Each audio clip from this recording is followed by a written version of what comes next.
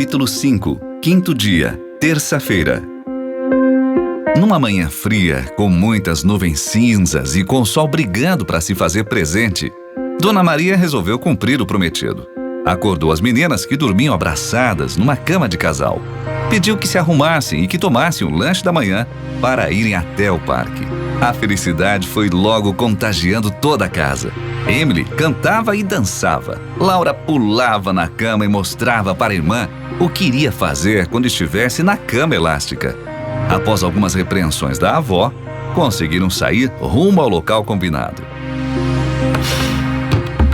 O trajeto até o parque não foi muito agradável, pois o ônibus estava cheio de jovens embriagados e trocados que também iam ao mesmo lugar. Eles gritavam e faziam algazarras, cantavam hinos de torcidas organizadas e provocavam os que estavam fora do ônibus. Falavam muitos palavrões e se debruçavam sobre as pessoas. Não tinham limites quanto ao que pronunciavam. Eram no mínimo 10 homens e 2 mulheres. Até que um senhor alto e forte resolveu pedir para que eles tomassem cuidado com a moça que carregava um bebê no colo, pois por diversas vezes já haviam encostado nela de forma brusca. Aquele gentil pedido soou como um insulto para eles, surgindo uma discussão que parecia não ter fim. Os passageiros começaram a ficar nervosos. Os idosos já abraçavam os mais novos no intuito de prever algo ruim, e as crianças não conseguiram segurar o choro. Aqueles que tentavam dormir desistiram, porém mantiveram-se de cabeça baixa. Alguns dos jovens que não estavam tão alterados tentavam impedir que a briga tivesse início, mas os ânimos estavam quentes naquela manhã gelada. O defensor da moça, naquela ocasião, era um policial à paisana que deixava seu serviço, que cumpria com seu dever e sua jornada e que estava prestes a tomar uma atitude mais drástica, pois um dos rapazes drogados resolveu sacar um punhal de cabo dourado com uma lâmina prateada de 20 centímetros no intuito de fazer com que o defensor ficasse quieto. Ao verem a cena, o pânico se alojou no interior do veículo. Muita gente se levantando e pedindo para o motorista parar o ônibus para que pudesse descer. Mas não surtiu efeito. O condutor seguiu seu caminho, alegando que tinha horário para cumprir. A reação do policial foi instintiva. Ao ver o jovem vindo com um punhal em sua direção, sacou sua arma, uma pistola automática, 13 tiros, cromada e assustadora, que escondia embaixo da blusa. E revelando sua identidade militar a todos, ordenou que o elemento ficasse parado e que soltasse o punhal. A gritaria dentro do ônibus aumentou. Os passageiros definitivamente entraram em pânico e um senhor cardíaco desmaiou ao presenciar a cena. Alguns tentavam impedir o jovem, outros o incentivavam e maldiziam o policial. Inteligentemente, Dona Maria pedia para que Emily e Laura não olhassem para aquilo. Estando elas num lugar menos ruim dentro do ônibus, a avó pedia para que as meninas, já assustadas, pensassem em coisas boas, enquanto pedia para o Papai do Céu proteger todos os envolvidos. Vovó, posso pensar em um bolo de chocolate bem grandão? Perguntou Laura. E eu, vovó, posso imaginar uma chuva de algodão doce? Emendou Emily. Isto mesmo, meninas. Fechem os olhos e pensem em tudo que for agradável a vocês. Qualquer coisa. O grupo encrenqueiro foi se afastando do policial, que naquele momento pedia para que o motorista parasse o ônibus. Percebendo que o caso poderia tomar outra proporção mais séria, não hesitou em obedecer ao comando, encostou o veículo num lugar apropriado e abriu a porta. O policial ordenou que todos os baderneiros se retirassem do veículo, que eles descessem e ficassem todos deitados no chão com as mãos na cabeça. Como já estavam próximo do parque e a região era de classe alta, não foi difícil verificar a chegada de viaturas que faziam a ronda por ali. Todos foram revistados, inclusive os passageiros homens que estavam dentro do ônibus. Um médico que, por coincidência, fazia parte daquela viagem, atendeu prontamente o senhor, que já se recuperava do desmaio. Alguns dos baderneiros conseguiram fugir. Outros, com a identificação dos demais passageiros, não tiveram tanta sorte e foram presos. O elemento mais agressivo teve um tratamento especial. Foi preso e conduzido numa viatura individual com 2 policiais sedentos de vontade para fazerem um carinho no baderneiro. Todos foram levados ao 3º distrito policial. Sendo assim, o episódio acabava sem nenhum ferido e com uma manhã agitada. 10 minutos depois, Maria e as netas desembarcavam no parque. Alex acordou sem se preocupar com o horário e deixou com que as coisas fossem acontecendo naturalmente. Porém, tinha algo que deveria fazer antes de qualquer coisa: ir até o portão, verificar se o Opala estava nas imediações. Para seu espanto e tranquilidade, nenhum sinal do veículo, ou seja, realmente tinha algo de anormal acontecendo. A dúvida era: o evento misterioso estava destinado a ele ou a outra pessoa? Então Alex, motivado pela questão, decidiu fazer seu ritual matinal agora junto com suas orações e ir até uma delegacia fazer um boletim de ocorrência. Chegando lá, a fila estava grande e muitas pessoas com casos muito mais graves que o dele faziam suas queixas. Mesmo assim, optou por esperar e fazer a sua também. 1h15 depois, estava concluída toda a burocracia. O delegado disse que iria mandar uma viatura diariamente no local para averiguar o ocorrido. Desta forma, um tanto mais aliviado, Alex foi direto até a empresa para ver como andavam as coisas por lá. Tinha em mente não se envolver com a rotina do trabalho enquanto estivesse de férias, mas nada o impedia de rever as pessoas ou saber como andavam os projetos e até mesmo se haviam novidades que pudesse, sem muita preocupação, se inteirar. Ao passar na rua que dava acesso à praça, avistou Miguel conversando com algumas pessoas.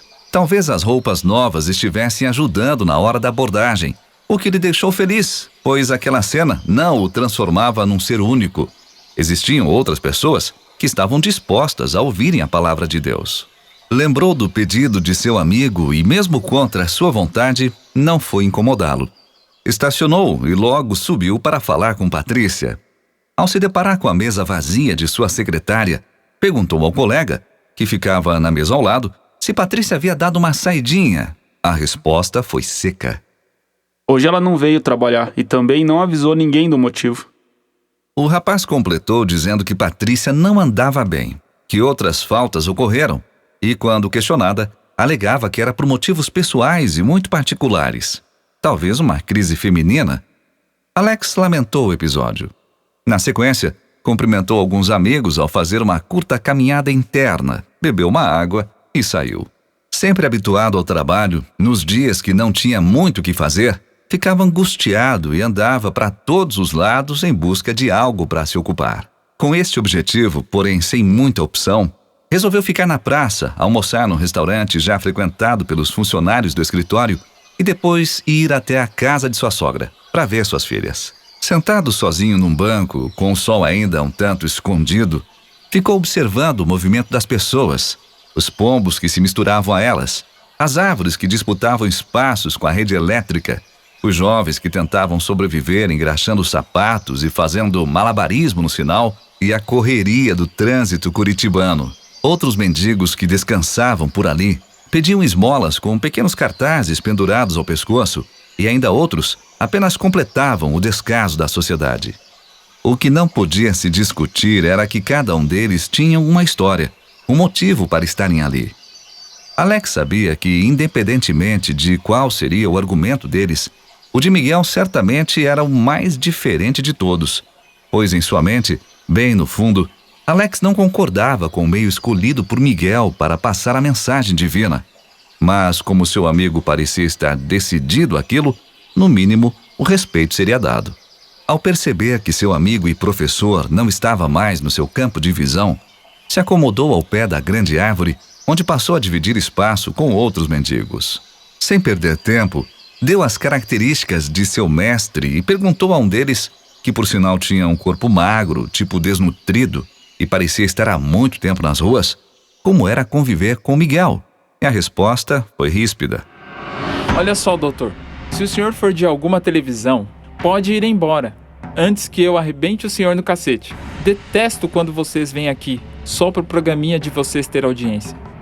Estão achando que é só me filmar e depois aumentar a sua conta bancária? Cadê a câmera? Vamos, doutor. Cadê o microfone? Calma, parceiro, Que parceiro, rapá?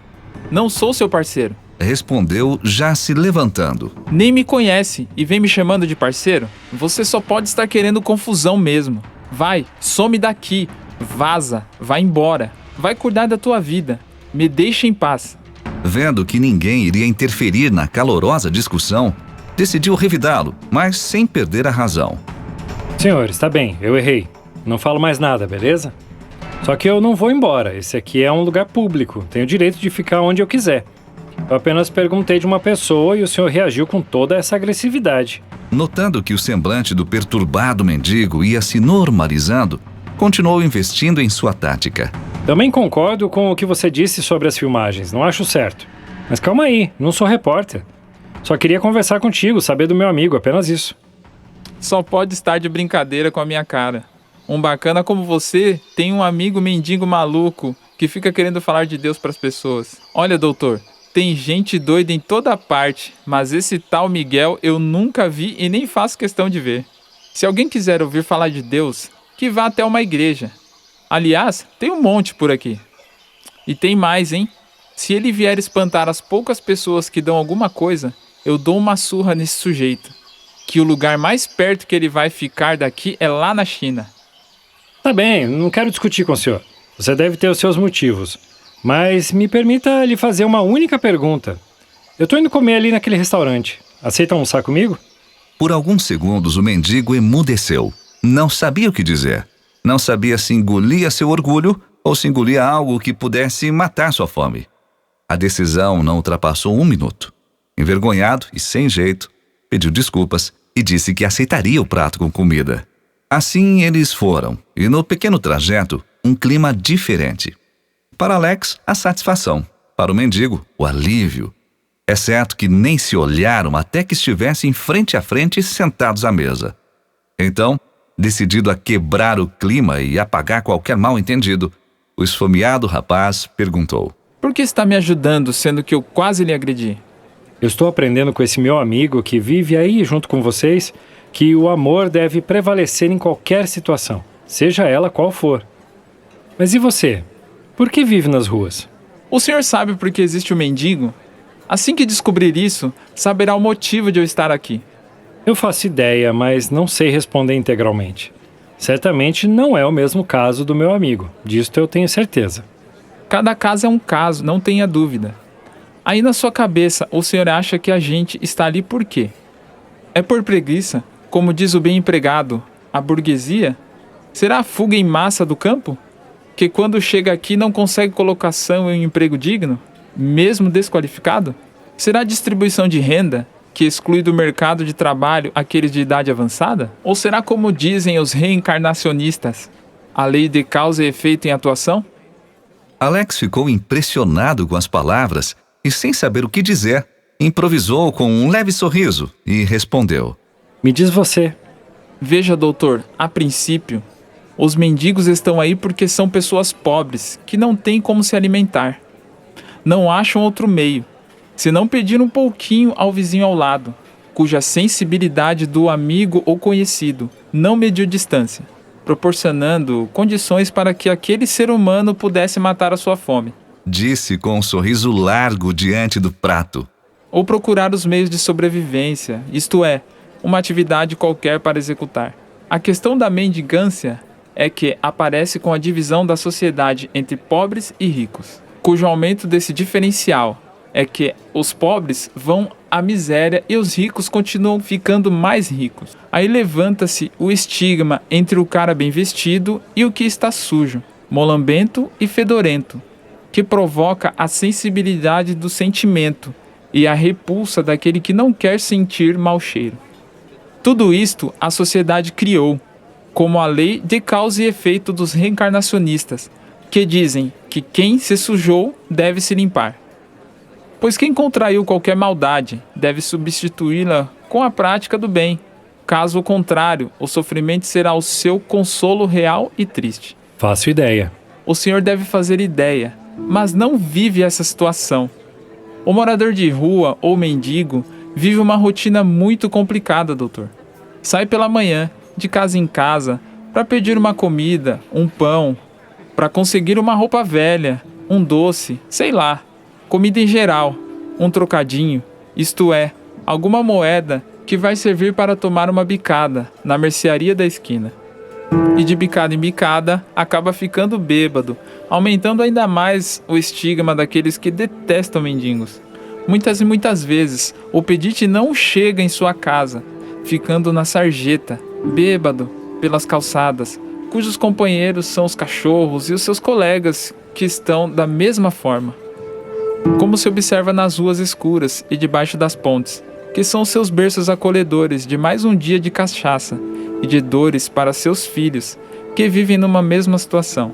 A família desesperada coloca o filho para o trabalho de baixa qualificação, porque não teve a oportunidade de conseguir nível escolar suficiente a um bom trabalho. Pois ao se cansar de ganhar pouco, trilha pelo mesmo caminho do pai, ou de um irmão que está no mesmo destino. Às vezes eu fico deitado na calçada, só ouvindo os bacanas conversarem e falando sobre o assunto. Disse que é o problema da distribuição de renda. Retrucam, insinuando que são desajustes sociais, que são as raízes do desenvolvimento. Tem uns que dizem que é o tal resultado de causa e efeito, que todos estão envolvidos no processo evolutivo do homem, ao se encontrar no lugar que merece, de acordo com seu nível espiritual. Tem até os espíritas que dizem que tudo o que acontece no mundo é uma construção de todos os seres pensantes daquele ambiente.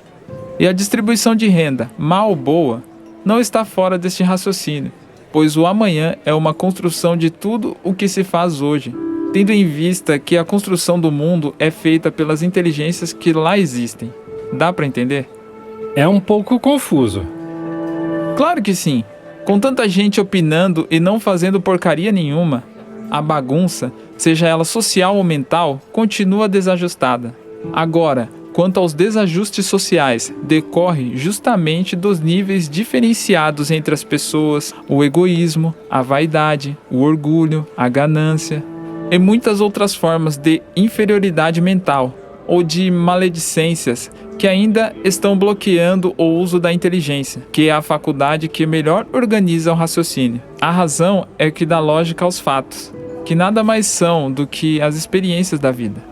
Eu acredito que nós, os mendigos, estamos no ventre de uma nação que vive sobre a batida do martelo de uma economia, de uma política, de uma sociologia, de uma história, esquecendo que, acima de tudo, existe uma força maior que dá ordenação a tudo que existe, sem imposição e sem ditadura de quem quer que seja, para que tudo dê certo, pela livre e espontânea vontade de quem almeja aprender ou criar consciência de sua existência ou de seu próprio eu como alma.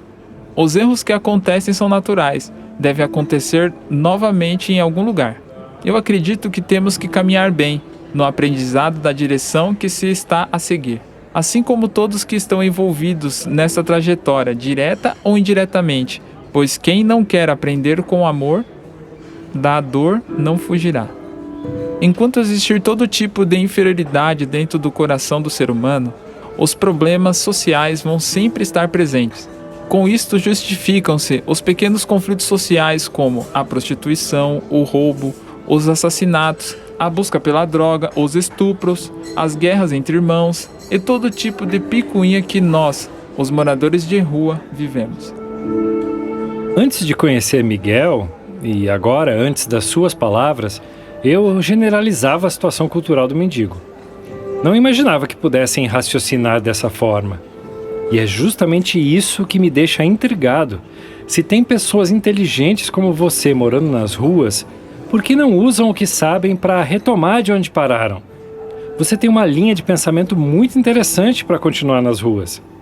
É porque, ao acostumar-se com a situação de pedinte, do dinheiro sem esforço, nos tornamos preguiçosos, e eu fui um deles. E para mim, não faz diferença continuar vivo ou morrer. Tanto faz. Faço o possível, dentro dos meus limites. Faço o que dá para me manter. Me perdoe a curiosidade, mas eu preciso lhe perguntar. O que você fazia antes de vir morar nas ruas? Olha, doutor, o senhor está com um jeitão de repórter. Se eu descobrir uma câmera escondida aí, vai ficar complicada a tua situação. Confie em mim, não vou desrespeitá-lo. O senhor já me alertou e eu já entendi. E se não quiser falar, vou entender. Eu era bancário, resolvi abrir o meu próprio negócio. Mas após eu expandir com o meu comércio, fiquei muito conhecido e os assaltos passaram a ser mais frequentes. Em um deles, minha esposa e minha filha, que trabalhavam comigo, levaram um tiro e morreram no local, diante dos meus olhos. A partir daí entrei em depressão. Comecei a beber para amenizar o sofrimento. Meus amigos me abandonaram, meu comércio faliu, fiquei com muitas dívidas. Tive que vender o carro, a casa e tudo mais que eu tinha. Meus parentes moram todos muito longe, lá na Bahia, e os da minha esposa me culpam até hoje, por não ter melhorado a segurança dos meus funcionários, o que, segundo eles, poderia ter evitado a morte das duas. Resumindo, é isso. E aí, está satisfeito? Está com peninha de mim, doutor? Vai querer fazer o quê? Ah, já sei. Vai me oferecer um trabalho? Vai mudar a minha vida? Nem quero escutar. Calma lá. Onde está o cara pensante que há pouco parecia ter controle sobre as palavras? Tentando se recompor das tristes lembranças que sangraram seu coração, respondeu: Me desculpe, é que estou tão curtido com esses problemas que perco a noção do que estou dizendo. Podemos fazer o seguinte. Vamos até a minha casa e lá você toma um banho, se arruma, vamos até o meu escritório e falamos com a minha secretária, para ver onde ela pode encaixar você para trabalhar. Com a sua experiência, não será difícil arrumar algum lugar. Alex pegou na mão do mendigo e completou: Você precisa dar uma nova chance para você mesmo.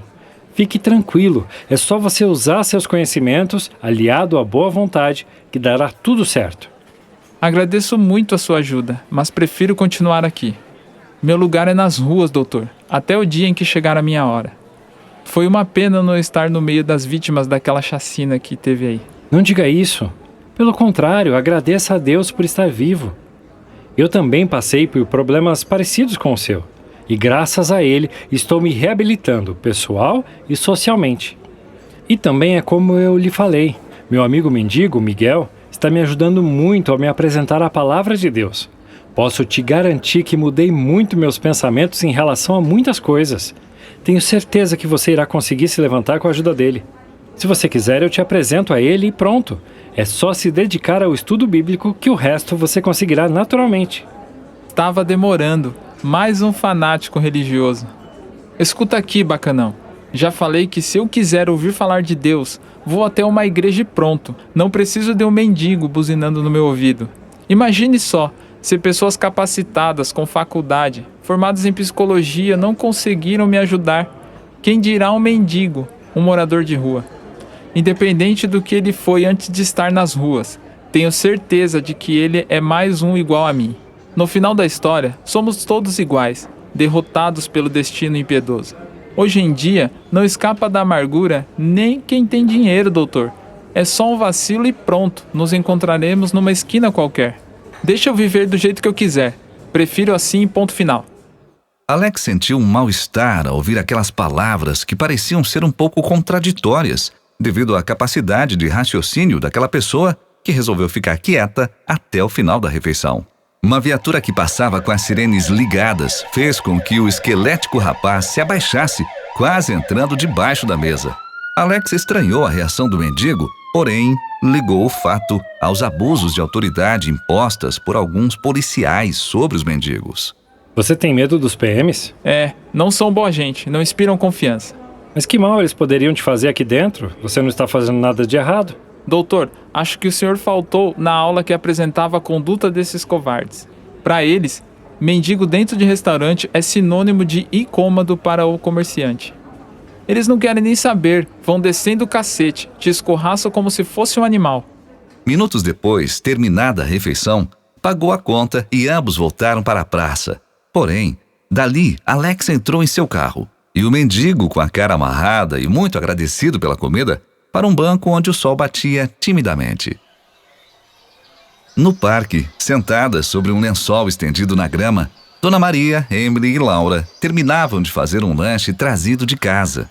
Laura, por sua vez, queria mais. Desejava um doce que uma senhora vendia no carrinho localizado à frente delas. Sua avó, sabendo que era apenas um desejo, que não existia necessidade de fazer a compra, negou e pediu para que ficasse comportada como a irmã. Mas, como havia herdado a teimosia do pai, não deu sossego. Pulava e esperneava sobre o lençol. Corria até o carrinho de doces e voltava, dizendo que era bem baratinho, que o doce estava limpinho e que, se ela comprasse, iria fazer um desenho bem bonito. Percebendo que a avó não iria ceder, uma moça muito bonita e atraente que de longe acompanhava o drama da menininha, resolveu comprar e levar o doce, não só para Laura, como também para as outras duas. Dona Maria, ao presenciar a moça vindo em sua direção com os doces nas mãos, respirou fundo, sem saber se a bondade da moça seria um desrespeito à sua autoridade como avó e responsável pelas meninas, ou se apenas uma sensível realização aos pés de um drama infantil. Sem querer achar uma resposta, agradeceu a gentileza e aceitou educadamente as guloseimas. Porém, repreendeu Laura pela insistência, dizendo que se voltasse a desobedecê-la, iriam voltar imediatamente para casa. A bela e simpática moça pediu licença e resolveu sentar-se ao lado delas, pois alegava que havia percorrido o parque todo e precisava descansar um pouco. Aproveitando o momento, Emily perguntou: Moça, por que você usa óculos, sendo que seus olhos são tão bonitos? Emily, vê se isso é pergunta que se faça, menina. Está tudo bem, senhora. Adoro conversar com crianças. Respondeu a moça, já esperando a próxima pergunta de Emily. Você tem problema no olho e não enxerga direito? Exato. Se eu tirar os óculos, minha vista fica meio embaçada. Mas e você? Quantos anos tem? Perguntou, desviando o assunto. Com as duas mãos levantadas, respondeu: 8. E sem demora, a mais nova mergulhou na conversa mostrando 5 dedinhos. Eu tenho 6, tia. Mas aí só tem 5, querida. Falta mais um dedinho aí, querida. Corrigindo os dedinhos, Laura perguntou à moça: E você, tia, tem quantos anos?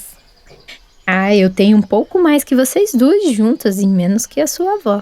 E usando a mesma tática para desviar o assunto, perguntou: Mas e o doce? Vocês não vão continuar comendo? Sim! Como é que se fala quando ganhamos alguma coisa? Muito obrigada, tia! Com os dedos na boca, melada pelo açúcar, continuou: Obrigado pelo doce. Você sabia que meu pai disse que não devemos aceitar doce de gente estranha, mas você não é estranha. É bonita e legal. Minha vovó está junto e eu queria muito esse delicioso doce. Seu pai tem toda a razão. Não se deve aceitar doce de pessoas que não conhecemos se estivermos sozinhas. Pode ser muito perigoso. E como eu também achei vocês muito legais, quero selar nossa nova amizade. Vocês duas colocam as mãozinhas sobre a minha e a vovó corta com a mão dela, para afirmar nossa amizade, combinado? Pode ser, vovó? Claro. Assim foi feito. Antes da despedida da solidária moça, alguns beijos no rosto foram trocados e acompanhados por abraços recíprocos. A moça levantou-se e sumiu entre as árvores do parque. As 3 fizeram o mesmo, só que no sentido contrário. Foram até o lago para tentarem ver o famoso jacaré. No trajeto, muitas pessoas transitavam em vários sentidos. Umas com bicicletas, outras com patins e algumas até com veículos infantis motorizados. Os mais corajosos e animados faziam levemente uma corrida, porém todos com o mesmo intuito: aproveitar o dia que queria fazer-se agradável em Curitiba. Alex saiu com seu carro rumo à casa da sogra. Estava ansioso para rever suas filhas e certo com a escolha de contar para Maria sobre o estudo bíblico. Numa das ruas relativamente próximo à casa de sua sogra, alguns quilômetros do endereço, um frio altamente congelante invadiu sua espinha dorsal, que em segundos se apoderou de todo o seu corpo. Alex parecia não acreditar em que seus olhos viam. A adrenalina aumentou e fez disparar seu coração quando confirmou que o que via não era fruto de sua imaginação. O misterioso Opala 76 vinha sorrateiramente em sua direção, na contramão. Aquilo era demais para Alex. No instinto de pavor, parou o carro. E para seu espanto, o Opala fez o mesmo. Segundos depois, ao engatar a primeira marcha, o insufilmado Opala levou o giro do motor e acelerou. E queimando o pneu, seguiu decididamente rumo a uma colisão. Sem saber o que de fato fazer, Alex preferiu sair do carro rapidamente para evitar o pior e, por muito pouco, não foi atropelado pelo suspeito, que em cima da hora jogou o Opala para a pista correta, e sumiu, deixando apenas os rastros dos pneus traseiros no asfalto. Uma situação completamente cinematográfica acabava de ocorrer. Algo que Alex jamais poderia imaginar que um dia aconteceria com ele. Entretanto, aquela situação respondia a uma de suas perguntas. As atitudes investidas por parte da misteriosa pessoa realmente era para com ele. Mas por quê? E o que fazia naquela região? Será que estava sendo seguido todo o tempo? Alex não tinha inimigos. Seria alguém querendo lhe pregar alguma peça? Talvez fosse um de seus amigos que dias atrás poderia não ter gostado de algum comentário enquanto conversavam pela manhã na lanchonete. Com os ânimos à flor da pele, dirigiu até a casa de um deles para averiguar o caso. Alex não desgrudou os olhos do retrovisor e manteve a atenção redobrada em todos os cantos. Chegando no local, foi feliz em encontrar todos reunidos e em sã consciência, o que facilitou muitos questionamentos.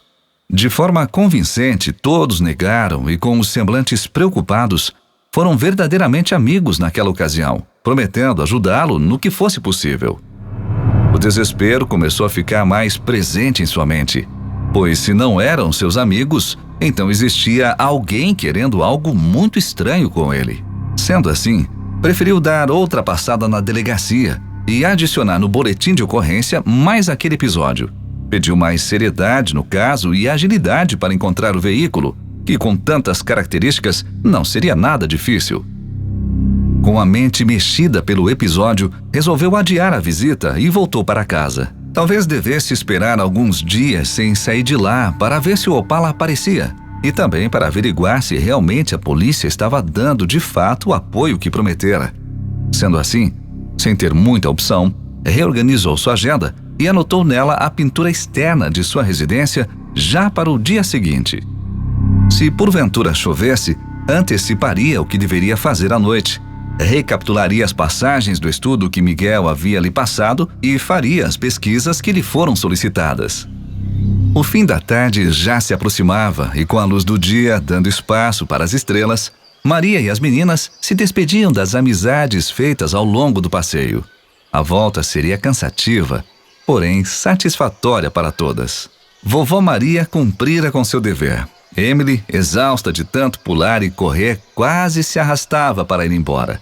E Laura, com um restinho de energia e feliz pela bagunça, ainda provocava alguns cachorros que também passeavam pelo parque. Coincidentemente, a moça que havia lhes presenteado com os doces também estava deixando o local na mesma hora. A reconhecendo dentro do carro, Emily e Laura deram tchau com ambas as mãos.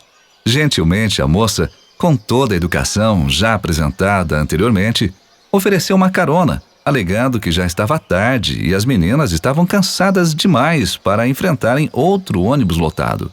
A oferta de sua mais nova amiga parecia irrecusável. Porém, ao perceber que estava acompanhada por um rapaz, o qual não identificou direito, decidiu por fazer um esforço e enfrentar a tumultuada volta para casa de ônibus. Não quis atrapalhar o romance dos pombinhos.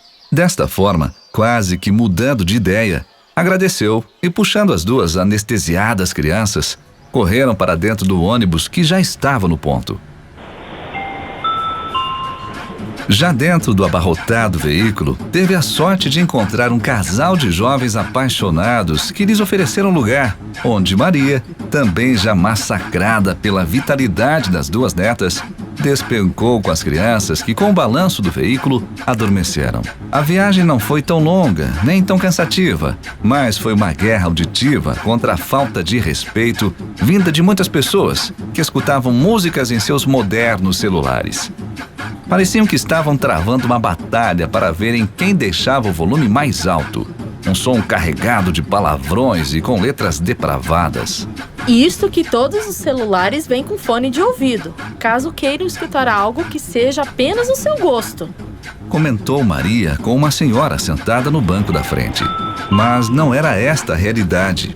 O que de fato imperava era a falta de consideração com os passageiros que eram obrigados a escutarem toda aquela bagunça auditiva. Dona Maria agradeceu muito a Deus quando conseguiu descer com as meninas que despertaram após a algazarra. Naquela noite, a lua estava cheia. Sua formosura era fantástica.